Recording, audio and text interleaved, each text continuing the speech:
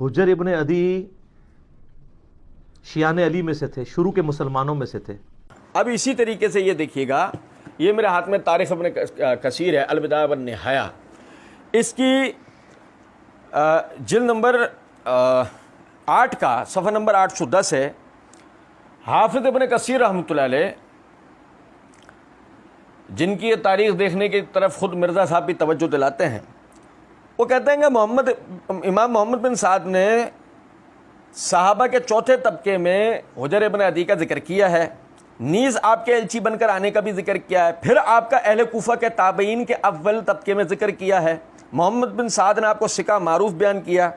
آپ نے حضرت علی کے سوا کسی سے کچھ روایت نہیں کیا۔ ابن عساکر نے بیان کیا ہے کہ آپ نے حضرت عمار اور شرحبیل بن مرہ سے بھی روایت کی ہے، اور ابو احمد العسکری نے بیان کیا ہے کہ اکثر محدثین آپ کے صحابی ہونے کو صحیح قرار نہیں دیتے، اکثر محدثین آپ کے صحابی ہونے کو صحیح قرار نہیں دیتے۔ آپ یعنی حجر ابن عدی نے قادسیہ کے معرکے میں شمولیت کی اور عذرا کے برج کو فتح کیا اور جمل الصفین میں شامل ہوئے، اور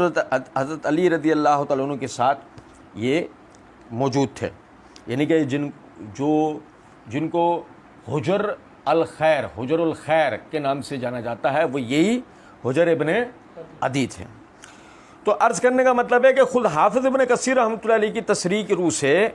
حجر ابن عدی کا صحابی ہونا محدثین کے ہاں صحیح نہیں ہے۔